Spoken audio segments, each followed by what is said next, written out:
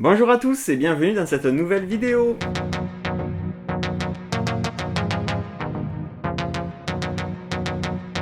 Donc aujourd'hui nous retrouvons Keren en train de travailler sur une bande dessinée pour laquelle on lui a fait parvenir l'histoire à illustrer. Donc il est en train de travailler, donc comme je vous le disais, sur sa fameuse tablette de dessin, le fameux Dessinator 8000. Euh, donc vous pouvez être familier si vous êtes un tantinet intéressé aux vidéos de la catégorie des histoires belles à raconter. Donc il est en train de travailler avec cet équipement. Il vient de terminer une planche et du coup il l'envoie sur l'ordinateur central donc de la maison, enfin de chez lui, de son logement, qui est lui-même relié donc à l'imprimante. Donc il envoie la planche pour que ce soit imprimé. Et là, au moment où donc il va voir l'imprimante pour récupérer donc sa planche de dessin, ben il n'y a rien. Bon, il comprend pas, c'est la première fois que ça lui arrive. Il n'y a pas de, il y a pas de planche de sortie, y a rien.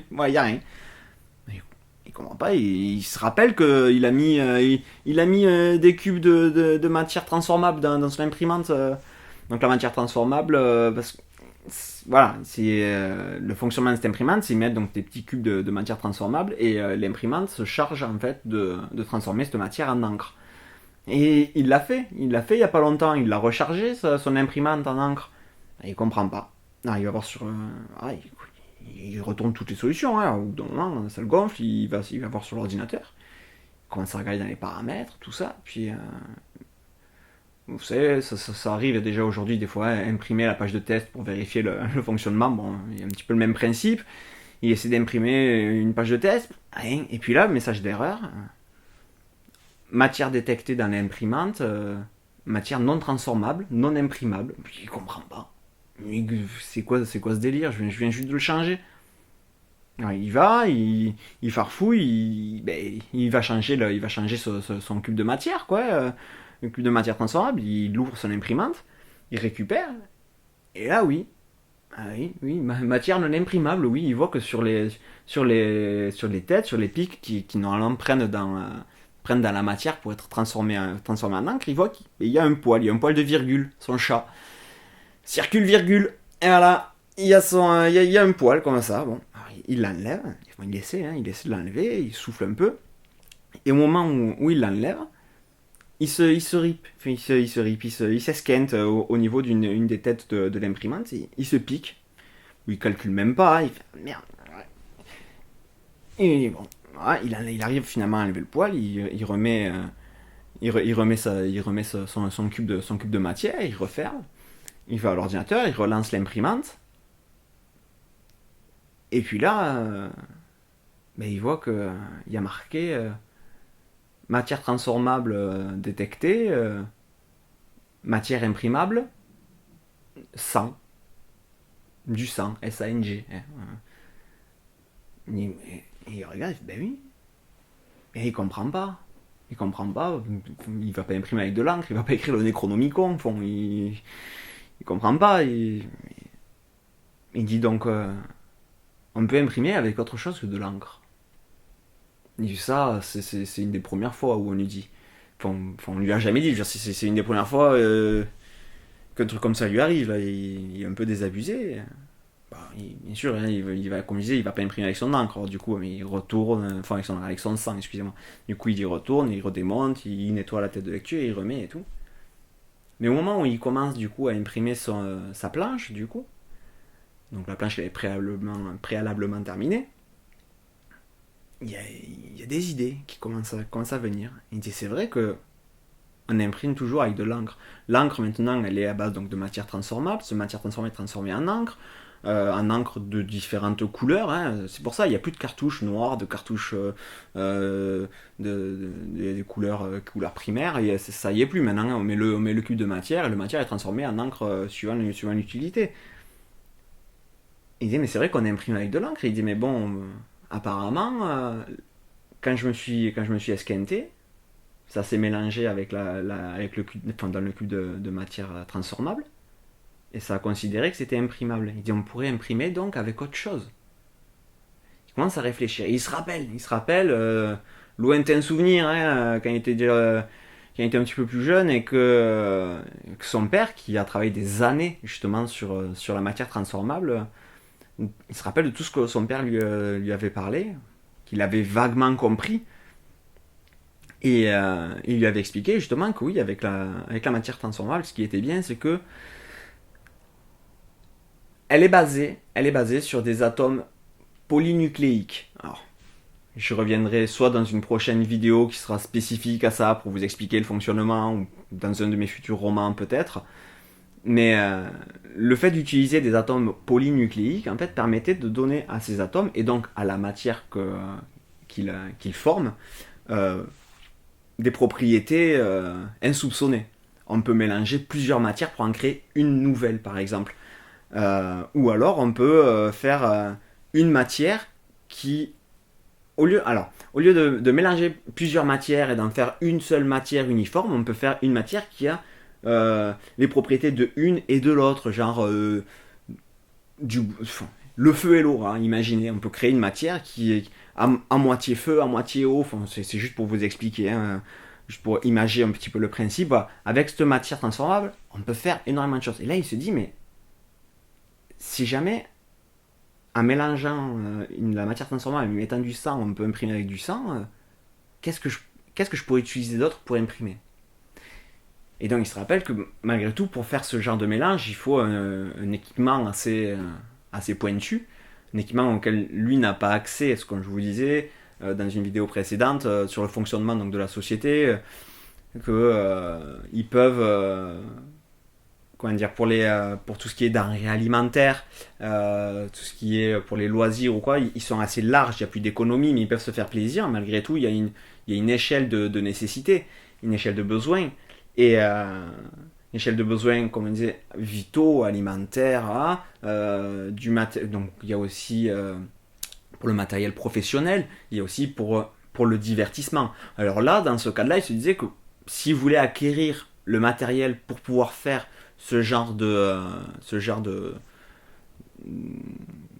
transformation pour la matière, cet équipement-là, il pourrait le faire passer comme un besoin professionnel, sauf que c'est quand même quelque chose de très important et ça l'handicaperait en fait. Ce serait presque à crédit, on va dire, sur plusieurs mois, ça le bloquerait sur d'autres choses et il sait même pas si ça pourrait être utile pour lui. Enfin bon, il se dit comment je pourrais faire? Comment je pourrais faire pour essayer d'inventer une nouvelle matière sans m'équiper? Et puis là, ben, il pense à son père. Son père qui a travaillé pendant des années sur l'étude de cette matière, justement, cette matière transformable, à l'élaboration aussi de cette matière transformable. Enfin, élaboration, ça fait longtemps maintenant il n'était pas là, son père, au moment où ça a été inventé, mais il a travaillé à la perfectionner. Il se rappelle que son père a un tel équipement chez lui. Bon, du coup, chez ses parents. Alors oui, il a un froid avec son père. Oui, c'est pas forcément le grand soleil sur leur relation, mais il se dit quand même, c'est quand même mon père. Quand même, je pourrais essayer. Je pourrais essayer quand même d'aller lui demander s'il serait d'accord que je l'utilise. Parce que certes, ils sont en froid, mais c'est pas. Enfin, voilà. Ils sont pas à s'insulter, à s'engueuler. Enfin voilà, c'est vraiment. Il y a de la distance qui s'est créée entre eux. Il dit bon, mais si en plus ça pouvait être le premier pas, peut-être. Bon, qui sait, on verra. Donc du coup, il va chez ses parents. Il va chez ses parents. Il sonne. Il sonne, n'est-ce pas? Il sonne chez lui. Enfin, il sonne chez eux, du coup. La fameuse sonnette de 2200. Hein? Sa mère ouvre. Et elle dit, oh, ben Keren, qu'est-ce que tu fais là? Tu nous avais pas dit que tu devais passer aujourd'hui? Il dit, oui, ben écoute, il vient de m'arriver un truc avec mon imprimante. Enfin, il explique vraiment brièvement. Il dit, j'aimerais voir papa. J'aimerais voir papa. J'ai quelque chose à lui demander. Alors, elle va chercher son père. Et il dit, Adam, il y a Keren, il y a Keren à la maison. Et parmi, il a quelque chose à te demander et tout. Alors, son père arrive. Comme je vous disais, ils sont en froid, il y a de la distance, mais il n'y a rien de. Comment dire? Il n'y a pas de nervosité ou quoi. Vous voyez, son père arrive, il a même un petit sourire, il est content quand même de voir son fils. Et alors du coup, il dit bon ben bonjour Keren, je m'attendais pas à te voir. Ça va aujourd'hui? Ouais, bon voilà, ils discutent, oui ça va, blablabla. Euh, je vous intègre pas subtilement du tout une trame scénaristique pour les prochains épisodes. Donc Keren demande à son père et Célène du coup comment est-ce qu'elle va. Il prend des nouvelles de sa sœur. Donc son père lui dit ben oui, oui elle va bien. Bref, la discussion se poursuit. Keren en vient à lui expliquer ce qui s'est passé avec l'imprimante et l'idée qu'il a. Il lui dit est-ce que je pourrais utiliser ton équipement? Est-ce que je pourrais me montrer comment ça fonctionne? Et son père il dit oui, oui, mais y a pas de problème. Explique-moi ce que tu veux faire exactement, parce que je comprends pas trop. Et, euh, et je peux même te donner un coup de main si tu veux et tout. Du coup, ils se mettent à travailler et son père, du coup, lui explique. Alors, ça dure plusieurs jours, hein, du coup. Hein. Pendant plusieurs jours, du coup, ben, il se rapproche un petit peu. Et son père ben, lui explique justement les atomes polynucléiques, tout ce qui peut se faire avec. Et, euh, et il a abouti sur on va dire une encre 3.0, quelque chose de. Imaginez qu'on mélange de l'encre avec du bois et qu'on puisse imprimer du bois. Vous voyez, c'est voilà. Donc, s'il fait un dessin d'une table en bois, et ben c'est de l'encre, mais au toucher, enfin visuellement, c'est de l'encre, mais enfin au toucher c'est de l'encre, mais visuellement c'est réellement c'est du bois nervuré, ce que vous voulez. Il a mélangé de l'eau avec de l'encre. Enfin, tous les dessins qu'il fait, du coup, toutes les matières qu'il va dessiner auront vraiment visuellement ben justement, le visuel de la matière qu'il veut dessiner, et ça restera de l'encre. Ah, ils ont créé à tous les deux ce nouvel encre. Parce que ben, il a cherché à comprendre. Il a cherché à comprendre le, le fonctionnement de cette matière. Et ça lui a permis quelque chose de fantastique. Personne n'avait jamais eu cette idée. Et cette bande dessinée, du coup, bien sûr, il en est venu au bout. Euh, il l'a fait parvenir à ses commanditaires. Euh, Tout le monde a été bluffé. Cette bande dessinée, elle a cartonné. Alors, Keren n'a pas été porté au nu ou quoi, c'est juste l'illustrateur. Mais vraiment, ça a vraiment marqué un grand tournant. Un grand tournant pour lui, mais notamment dans le domaine de l'illustration. Comme je vous disais, s'il était justement revenu dans son ancien emploi, c'était pour acquérir de nouvelles expériences, découvrir des techniques. Et voilà, c'est une des techniques qu'il vient de développer. Et, et quand il se pose, après tout ça, qu'il réfléchit à ce qui vient de se passer, il se rend compte que chercher à comprendre, chercher à comprendre, c'est le premier pas pour progresser. Chercher à comprendre le fonctionnement des choses, c'est comme ça que, en cherchant à comprendre comment les choses fonctionnent, on se les accapare. Si on comprend comment les choses fonctionnent, on peut les réparer, on peut les améliorer. C'est chercher à comprendre. Selon moi en tout cas, c'est presque le centre de tout. Si on cherche à comprendre les choses, on ne peut qu'aller de l'avant. Si on ne cherche pas à comprendre, on n'avancera pas. Et là, vous voyez, il a cherché à comprendre pourquoi son imprimante ne marchait pas.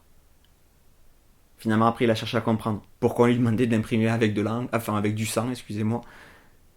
Et ça lui a permis, en comprenant pourquoi on lui a demandé ceci, ça lui a permis de développer une toute nouvelle technique.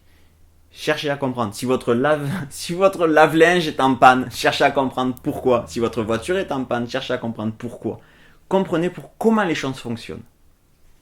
Et vous ferez qu'avancer, qu'évoluer, que progresser. C'est tout ce que je vous souhaite en tout cas. Et je vous souhaite également une bonne journée, une bonne soirée, tout ce que vous voulez, que du bon. Et on se revoit la semaine prochaine.